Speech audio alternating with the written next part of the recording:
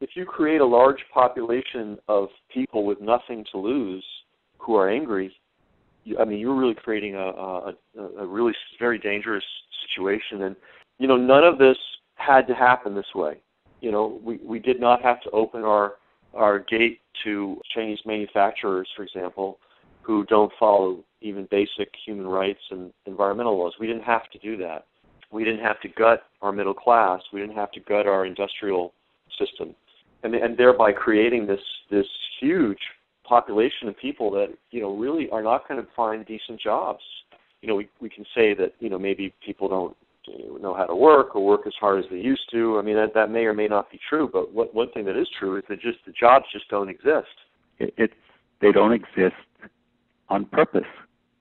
I mean, they have just basically taken away all manufacturing jobs, not all, but, most of the manufacturing jobs in the United States. And you could see, even we are now in an economic malaise that we can't get out of. And once again, I'll say it again, corporate profit margins are at all-time highs. Corporate profits are at all-time highs. That's how the market has held up, while the experience of the people have gotten worse and worse and worse. And of course, this is utter madness, because at the end of the day, and this is something that Henry Ford understood, at the end of the day, who's going to buy your stuff if nobody's got a job and nobody's earning a decent wage? But this seems to have escaped the concern of these folks. They're just interested in, I guess, this quarter and what their profits are for this quarter, and the fact that they're destroying, as a group, they're destroying their customer base. It doesn't matter. I mean, when you look at the conduct of CEOs these days, I mean, you have some that are just outright criminal. People at Enron, the guy at Countrywide, and on it goes. I mean, that's just the most extreme case.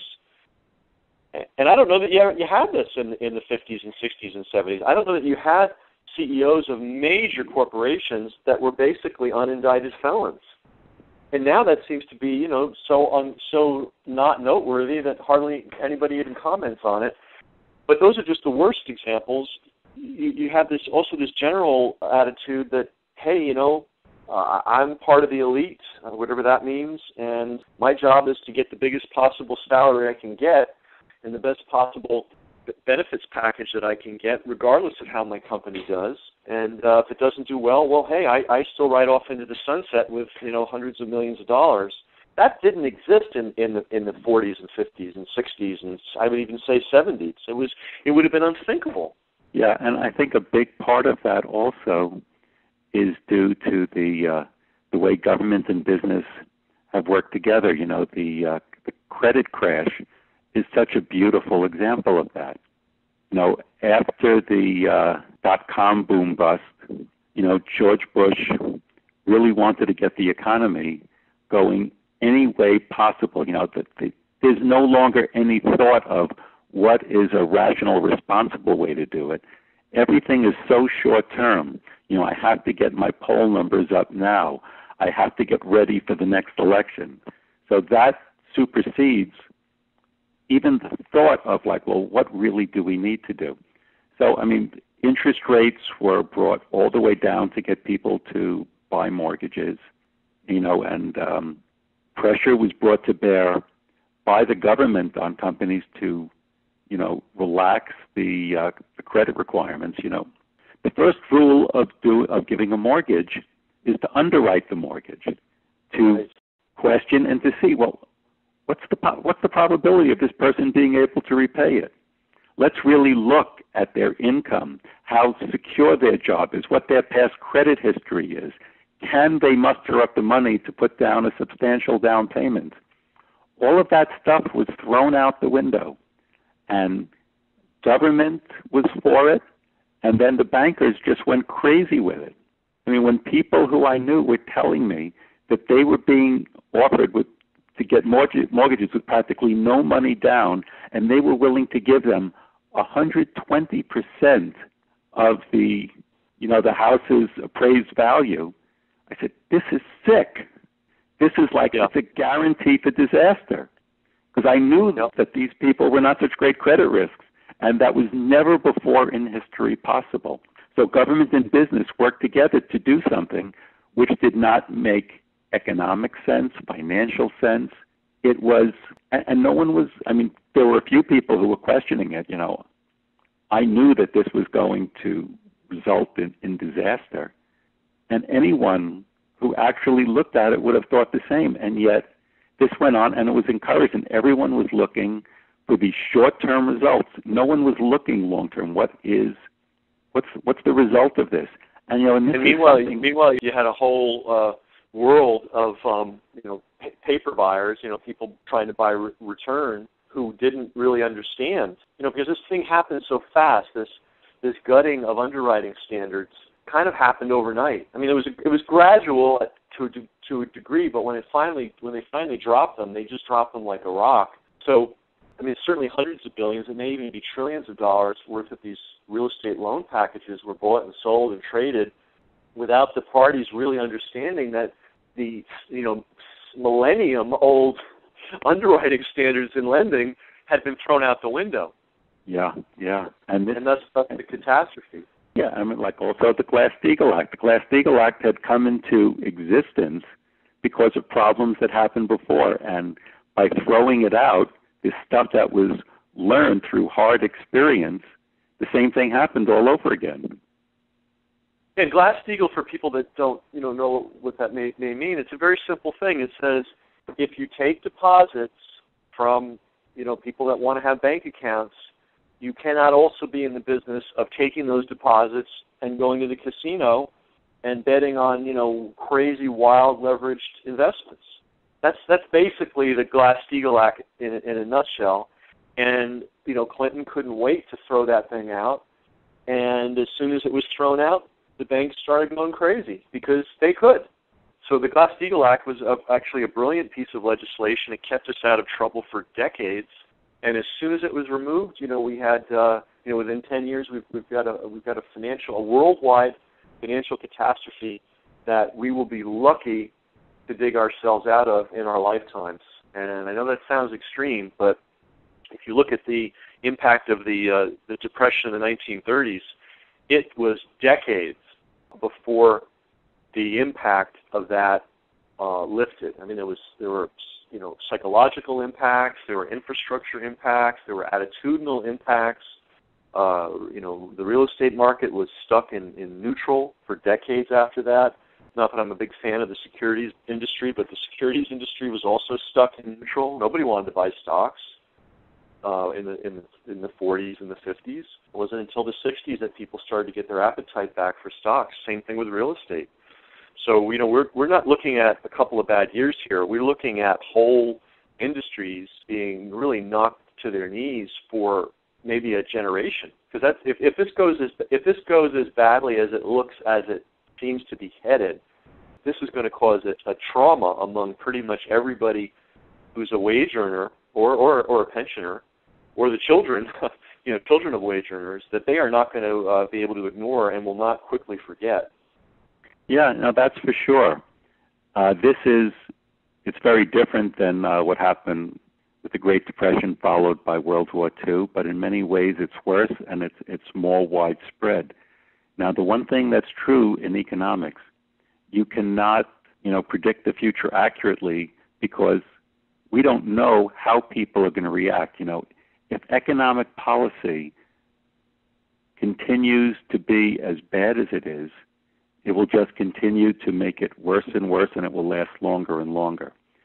If there is some return to reality, it can be shorter, but no matter how good economic policy became, it would still be very, very painful because the economy right now, it's like, if we can make the analogy to a person, let's say a person is ill and you want to keep him going out there, you have very important announcements to make and he's the face of the company, let's say sort of like a Steve Jobs or something. So you keep on, first you start, you fill him up with coffee so he seems to be energetic.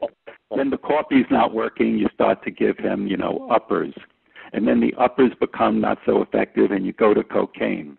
Eventually, he's just going to fall apart. You have kept him going just through stimulation to give the appearance of greater health than actually was. This is what we've been doing with the economy. We continually stimulate it, but underneath, the health is very, very poor. And there's been no regard. It's like we haven't been feeding the economy. We haven't been looking for how do we create industry in the United States. If we are going to ship jobs out to elsewhere, so what do we do here? No thought to that whatsoever. The types of things that the Obama administration has come up with, well, okay, let's give some sort of a subsidy if they buy a car between now and this month. So car sales go up, and then future car sales go down because people aren't going to buy a car unless they need it. And they would have bought it later, but now they buy it quicker. And that is just literal used car salesman thinking. And not to take anything away from used cars dealers. They provide an important function in the world. But that's not economic policy. That's not statesmanship. That's not long-term thinking for the health and the future of the country. That is literally at the level of thinking like a used car dealer, which is, hey, we'll mark everything down and move it out the door for a limited time only. It's just madness, utter madness.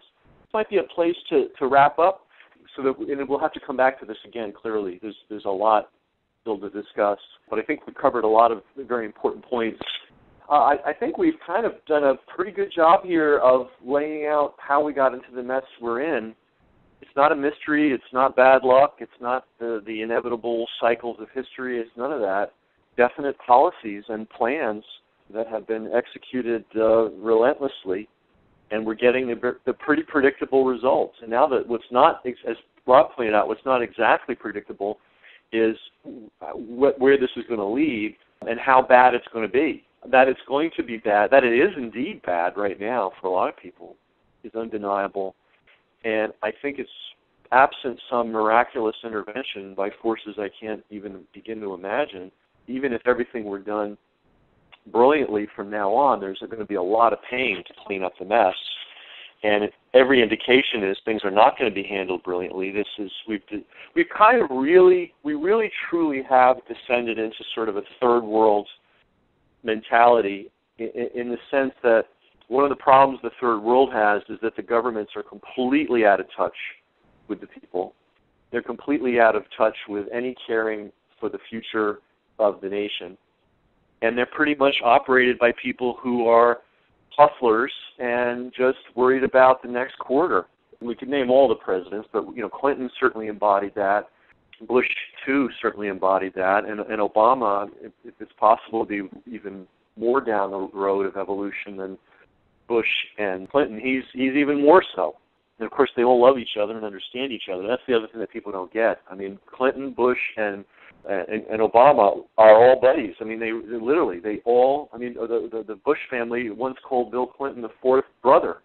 This is what they do. And it's sort of an truth that I think will be a big stretch for a lot of your listeners to take in. That he's the fourth brother, but it's true.